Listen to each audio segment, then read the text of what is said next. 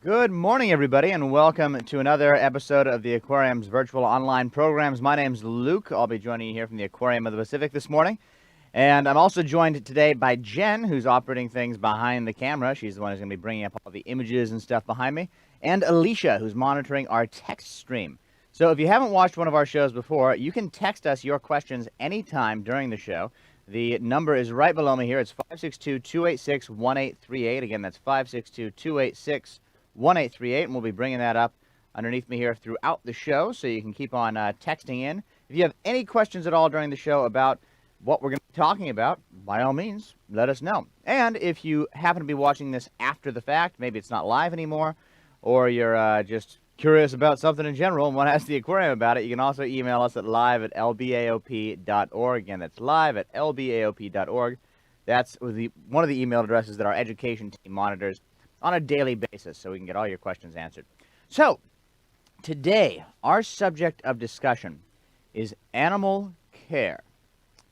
Now, animal care covers a lot of territory, and we're mostly going to be talking today about one particular part of it. But I always like to start this discussion by kind of thinking about what animal care means in general. Because a lot of the time, especially if you're young, if you're a kid and you're thinking about what kind of career you might want to have when you grow up, but people who want to work with animals, kids who want to work with animals will think, oh, I want to grow up and be a veterinarian.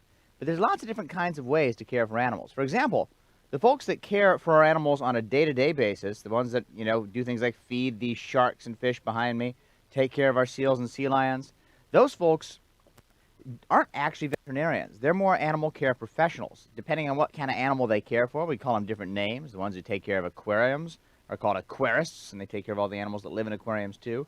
The ones that work with the mammals are called mammal trainers or mammalogists. The ones that work with birds are called aviculturists. So there's all these sorts of ways in which our animals are cared for on a daily basis by all those different people. And if you've ever been to this aquarium or any aquarium or zoo before, you've probably seen some of these folks doing their jobs, right? Walking around, feeding animals, checking on the exhibits, maybe cleaning things. You've heard probably about zookeepers having to pick up, rhino poop and stuff like that, right? Well, in an aquarium, it's the same thing, except a lot of the time we're vacuuming fish poop out of the sand. That's another part of the fun part of the job, right? Yeah. Well, it's sort of fun. It's probably more fun than shoveling rhino poo. Anyway. So that's one area of animal care, right? The day-to-day feeding and housing and all that. Kind of the same stuff that you might say a parent does for a kid, right? The same stuff that your parents might do for you. I hope they do anyway. is things like, making sure you have your food, making sure you have a safe place to live. And that's what the day-to-day animal care is here at the aquarium. But there's also another kind of animal care that's more like, in fact, it's exactly like what a doctor does for you, and that is the veterinary team, and that's what we're really going to be focusing on during our class today. We're going to be talking about veterinary care here at the aquarium. And we just got our first question, and I'll answer this before we go much farther because it's a good one. One question we got is, how much education do you need to work with animals? Good question. It depends on what kind of work you're doing and how, it really depends on what kind of work you're doing. So, let's say you want to just work with animals as a volunteer. Well, practically anybody might be able to qualify for that if they've got maybe some experience with animals in the past, or if they're willing to start at a lower level or have previous volunteering experience. One of the ways that a lot of people begin working with animals is they'll do some volunteering someplace that's not directly with the animals, like say they'll volunteer as educators or something at a zoo or something. They'll get to know some animal care people and eventually start volunteering in animal care. Volunteering at animal rescues is another way to get started. But if you want to get a career in animal care, you usually have to have at least a bachelor's degree, and most of our staff have higher degree. A lot of our staff have higher degrees than that. And if you want to work as an animal doctor, then if you're actually going to be a veterinarian, a full-blown, veterinarian, you get to have doctor in front of your name, then you have to go to veterinary school, which is a lot like going to med school and takes a long, long time, but is definitely a worthwhile thing to do too. And then there's also vet techs who work directly with a veterinarian, but have an education that's that's more similar in the kind of level that it's at to the things you'd have to care for an animal every day. So, I guess the moral of my story is no matter what level of education you might seek in your life, there are different ways, as long as you're getting up at least to graduating high school and going through and hopefully doing some college, that you can care for animals. There's volunteering. There's also ways all the way up to being a doctor. So let's now talk about veterinary care for our animals. So the first question I want you guys to think about is, when you're sick, how do you know that you're sick? And when someone else is sick, how do you know that they're sick? Now, this is a particular thing we've all been worrying about a lot in the last few months, right? Noticing if anybody else has a runny nose or anything like that. So we should all have a pretty good idea of what a sick person might look like, or what kind of things we might feel or notice in ourselves when we were feeling a little ill. But in animals, what do you look for? Well, if it's an animal that's at least kind of close to humans, like maybe other mammals, things like dogs and cats and stuff, you might look for some of the same kinds of things, right? I guess dogs kind of always have runny noses in a way, but there's a wet nose and then there's a runny nose. I mean, a healthy dog's supposed to have a wet nose, but a dog with a runny nose, I'd be a little confused about, a little bit concerned there, right? So some of the same stuff. I guess if you have a dog at home, it was coughing or something, you might think it was sick. If it had some stomach trouble, you'd know what to look for, right? So some of those things that we can probably detect, right? But when you get farther away from humans, when you move out of the mammals, how do you know a sick fish when you see one? How would you know if that fish there? No, wait, but see, how would you know if this fish here was less healthy than this fish over there? It takes a lot of training and a lot of experience to learn those things. And you have to learn to look for different kinds of health problems. You have to look at things like the skin of an animal. You have to look at the color of an animal. You have to look at things like its eyes and its gills if you're talking about fish. It's very, very difficult. And of course, the hardest thing about providing care to animals as opposed to people is that animals don't tell us how they're feeling.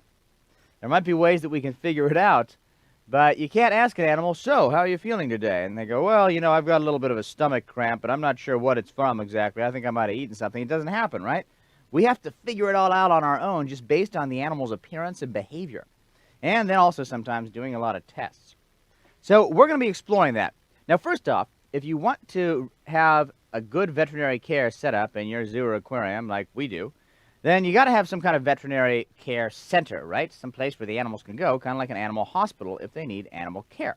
And that's what we've got here at the aquarium. We have a place called the Molina Animal Care Center where our veterinary staff, including our vet techs, who you can see a couple of there, and our veterinarian, Dr. Adams, do a lot of their work. And we have another veterinarian now too. Do we just have Dr. Adams right now? I actually don't remember off the top of my head. But anyway, the aquarium has one full-time vet that's been here for a long, long time, Dr. Adams. And we also have, over the years, had a number of additional vets as well. But the vet tech team are who you see a lot of inside our exhibits. Inside of the Animal Care Center. And as you look inside the Animal Care Center here, you can see, let's run through a couple more of these videos, actually, Jen. You can see it looks kind of similar to the stuff you might expect to see in maybe the storage rooms of a hospital or, in a doctor's office, right? There's cabinets with medicines in them. Some of these medicines are actually similar to ones that humans use because some antibiotics and some anesthetics and stuff like that you really work just very similarly in animals to how they work with humans, but others are different. There's definitely some animal medicines that you would never give to a human. This is our hydraulic lift bed. Ever want to get a sea lion up for a physical, and that's where you got to put them on something heavy. So as we go through these different videos, you'll see some stuff that might look a little bit familiar, though it does. I know one thing I always say: look a little less decorated than your average doctor's office, right? Because when you go to the doctor, you're a human, right? And you have all these opinions about how stuff should look. They dress it up in such a way that it looks maybe a little bit more, I guess, soft and padded than some of the stuff that we see here. But this is a lot of the same stuff that you would use for any kind of testing or diagnostic stuff. So let's say we got an animal that's sick, right? Or an animal we think is sick. What are some of the things we can do to check? We already said we can't ask the animal because the animal won't tell us if it's sick or not, right? So we got to look. So one thing, we can bring that animal into the Animal Care Center and do a whole bunch of diagnostics. But you know what? I'm getting ahead of myself. How do you even get an animal to come to the Animal Care Center anyway? I mean, we're an aquarium. So our animals mostly live under the water, don't they? Now, if I took a fish out if I wanted to make a fish, sick or make a fish less healthy, I think taking it out into the open air would be a pretty good way to do it, right? They need to be under the water. So how do you do an operation or any kind of a checkup on a fish? Well, we actually have a way that we manage that. So unlike people, right, and unlike some well-trained pets, most of the animals that live in the aquarium are really wild animals. So they don't like to be handled and picked up and moved around and all that sort of stuff. They're not going to sit there and patiently wait while you look inside their mouth to see if they have any inflammation, or you check their gills or anything like that. So usually when an animal comes into the animal care center at the aquarium, it usually has to be anesthetized, which just means that we're putting it to sleep temporarily. And how does this work? It's pretty simple, really. You put a medicine, and for our fish, it's a powder, into some water. And then you put this fish into the water, and this particular medicine, this anesthesia, which is actually similar to some of the anesthesias that are used for humans in hospitals when we get surgery and stuff, is just going to basically deaden all of the nerves of the fish and make it fall asleep. And that's the basic gist of it, whether you're working on a fish like this one, which is some kind of wrasse. I'm not exactly sure what fish that is from that angle. Or if we want to do an operation on a shark.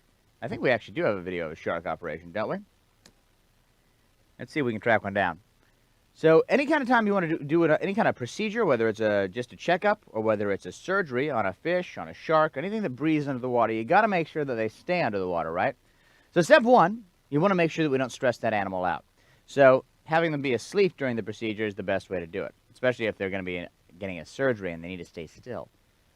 Step two, we have to make sure that that animal continues to have a source of water the whole time that it's in there in the veterinary care center. Now, if we're doing something real quick, like Jen, let's look at the skin scrape video, for example. Let's say in this particular case, our vet just wanted to take a sample from the skin of the fish. Now, this is a perch here. This might not be the same fish, but same idea.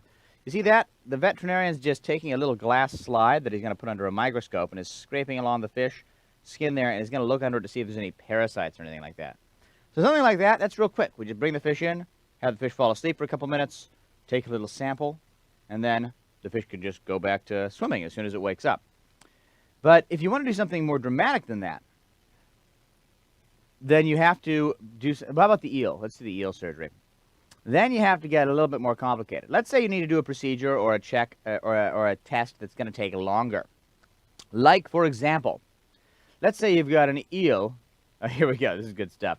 So, let's say you've got an eel with a tumor on its head, like this eel here. Now, we'll have to turn off the... Don't worry, we'll go back and watch this a couple times. So, this... It's a little hard to see here, but when it freeze frames at the end, we should be able to point it out. Let's see here. Yeah? No, it's not going to freeze frame. I don't know if we can pause that. Can we pause that? A picture? This... Okay. Well, this does the job. Wow. All right. I love this picture. So, what are we looking at here, friends? Gee. I got a little ahead of myself here, didn't I? So, like I said, sometimes animals might need... This picture, I've been going on, how do you know if there's something wrong with your animal? I don't know, everybody. Does it look to you like there might be something wrong with this eel? Well, I know what you're thinking. I didn't even know it was an eel until he said so.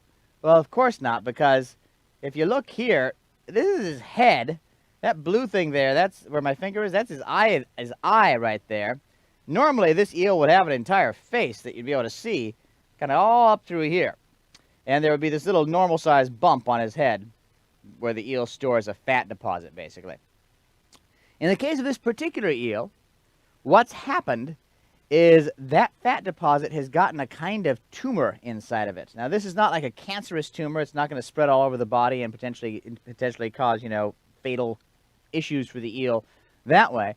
But this is what we call a kind of a benign tumor. It's not going to spread a lot, but it keeps on getting bigger and bigger and bigger.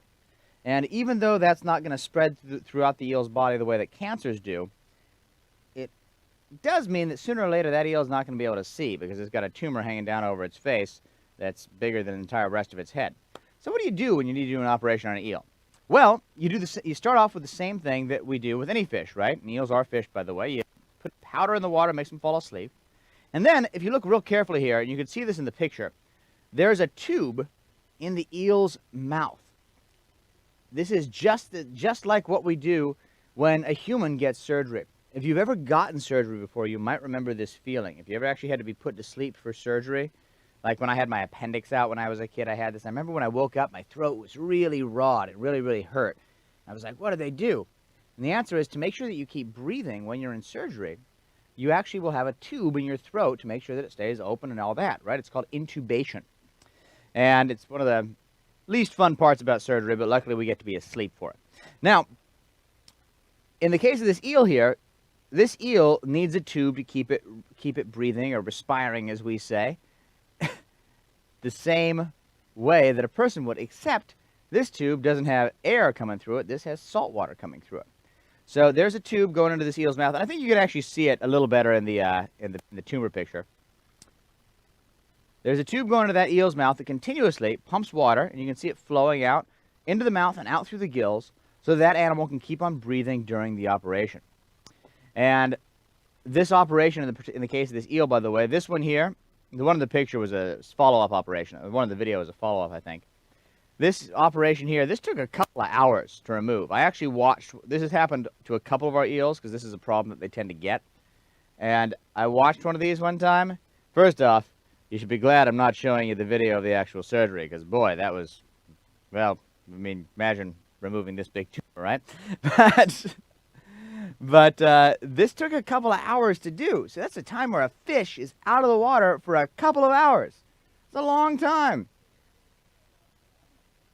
So that means that tube going into the fish's mouth has to keep on bringing that water in, and furthermore, our veterinarian has to know that fish is still with us.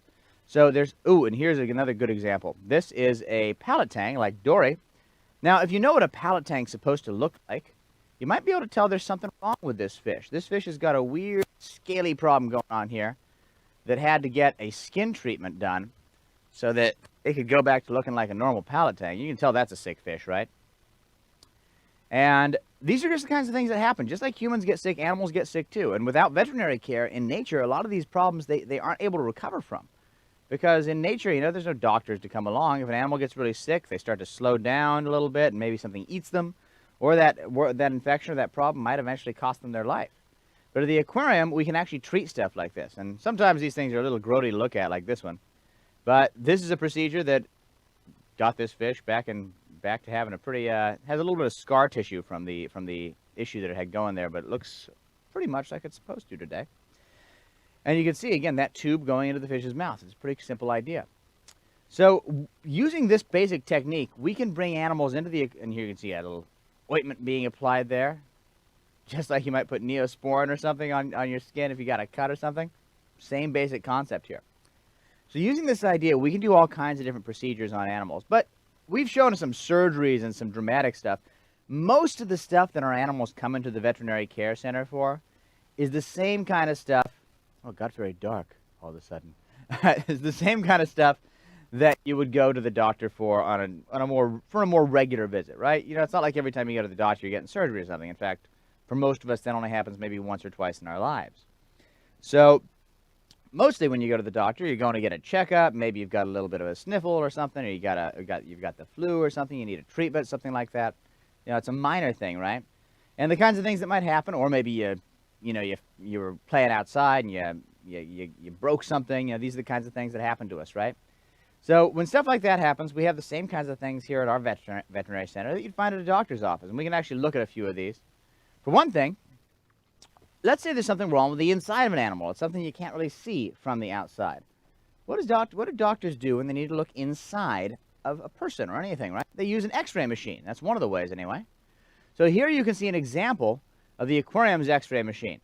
And this is an X-ray that we took of, I'll be very impressed if anybody can figure out what this is.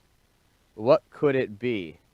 Gee, 3 toes, kind of pointy claws, webbed. Look, I'm giving you a tip here, but you see that line there?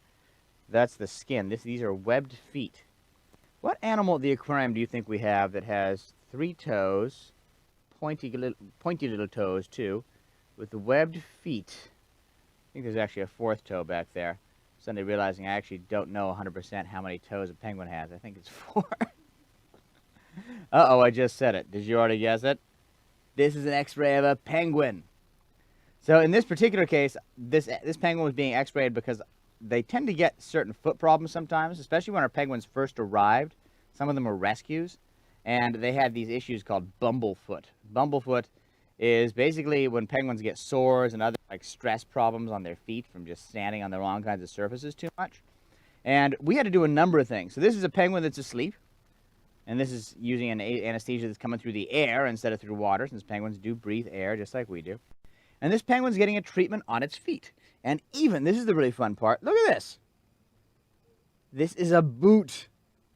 So when you're doing medical procedures on humans, right?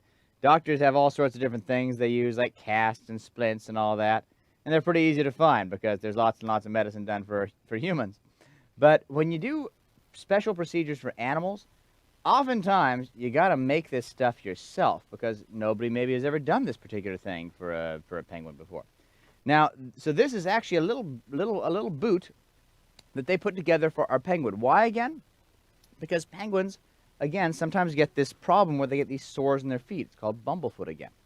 And this particular penguin, you know, it has to stand up, right? It can't just sit down for weeks and weeks and weeks. I mean, even if we could ask it to do that, it would be unhealthy for the penguin. So instead, they came up with a way to first treat the injury on the bottom of the foot to make sure that it would start to heal, wouldn't get infected. And then this penguin wore a boot for a while until it was better. And this is a kind of a tough thing to do, right? If you've ever had a cast before, you know, it can get pretty itchy. So you have to be really have to keep in mind, whenever you're doing anything like this with an animal, is the animal going to try to pull this thing off? Are they going to be okay with it being on there? But with the penguins, it turned out that they actually handled these boots pretty well. It's been done on more than one occasion. So that's kind of an example of a fun example of a treatment that we have done a couple of times with our penguins. You can see this is the penguin's rump right here. Let's find one other treatment video, one other example. Let's see here. Ooh, this is an interesting one. What animal is this? Now, this is a real slow one because I think these are a series of pictures. What is this thing? It's got fur. It's got teeth. That's the mouth there. This is one of our harbor seals.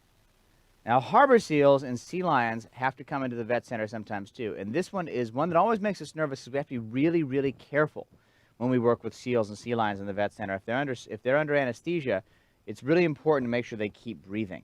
Some animals, it's a lot easier to make sure they keep breathing. With harbor seals and sea lions, it's a little difficult. So we only bring animals like our harbor seals and our sea lions into the vet center when we absolutely have to. And this is another thing always important to remember when you're doing any kind of medical care, right? The question is the problem that the animal has something that can be managed without really getting involved?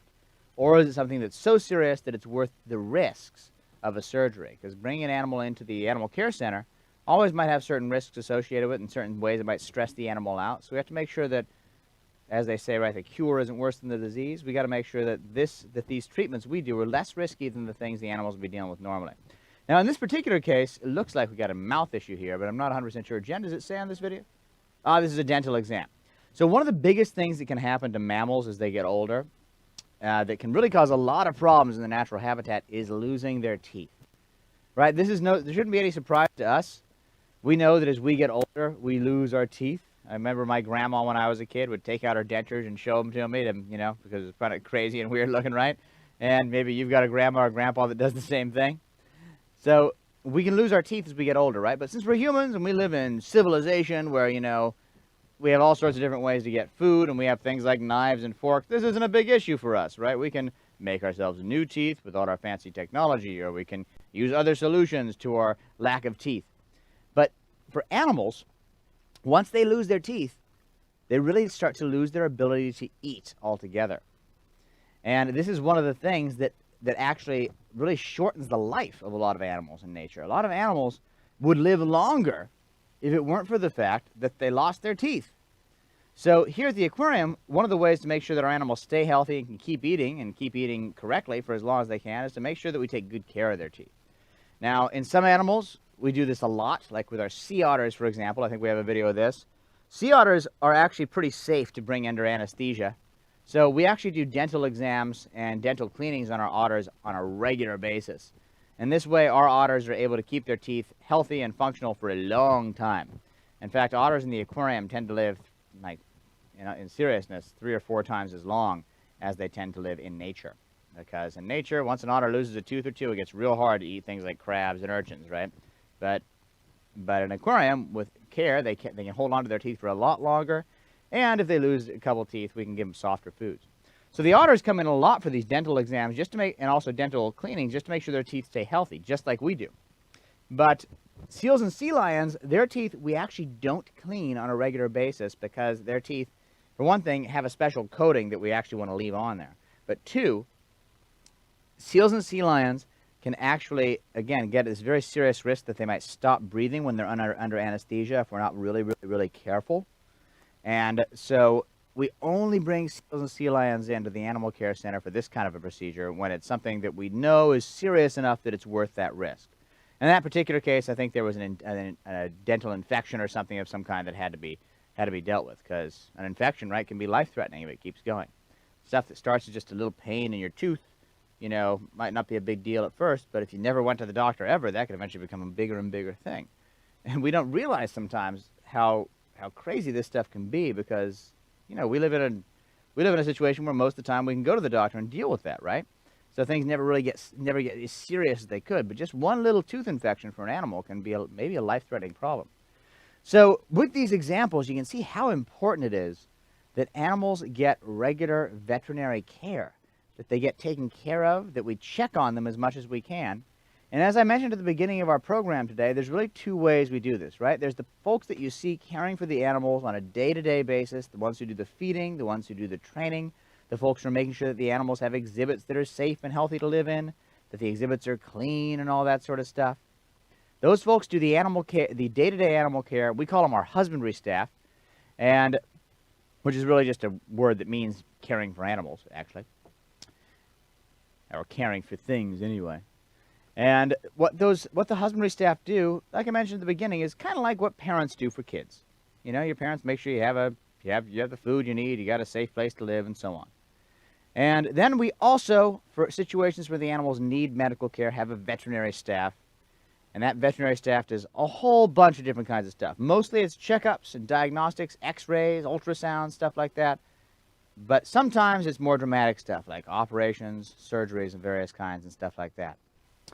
And by doing all this, we're able to keep our animals very, very healthy. And the animals here at the aquarium, well, they actually get these procedures done almost every day. Almost every day, we have some kind of procedure going on in our animal care center, because we have like 12,000 animals in this place. And the last thing I wanted to leave you with, if you ever thought to yourself that you want to become a veterinarian, it must be a really fascinating job, because if you're a doctor for people, right, how many different kinds of living things do you work on? Well, just the one, right? You work on people. If you're a veterinarian, you might have to work on who knows what different kinds of animals. So our veterinarians here at the aquarium have to know enough to be able to do procedures on fish, on mammals, on birds, on reptiles, on amphibians, sometimes even on different kinds of invertebrates. We've actually had invertebrates come in for procedures in our animal care center before. Things like crabs and lobsters and stuff. So it's a really, really crazy and interesting job, and a really challenging one. And our veterinary team learns new stuff all the time. Veterinary medicine is one of those things where there's always new discoveries being made, always new kind of treatments being come up with, or treatments that have been tried on humans but have never been applied to animals. Things like chemotherapy, for example, have been tried in veterinary care in recent years here at this aquarium. So there's a lot of really, really interesting stuff that goes on in our animal care center. And I hope that everyone has enjoyed learning a little bit about it. Now, as we have been asking the last few weeks, all those schools out there watching, thank you so much for joining us today. And if you have a moment, we'd love if you could text us just the number of students you might have watching with you. We would love providing this content to you. And we're just trying to collect a little bit more information about what our viewership is and how many viewers we've got. So if you want to text us on our text stream right below me here, your number of students that are watching with you, we'd really appreciate it. For all the rest of you, whether you're at a school or whether you're just watching from home, thank you so much for joining us again today. And we hope will join us again for another online academy class next week. And my name is Luke. It's been a pleasure. And thank you very much from the Aquarium of the Pacific. Bye-bye.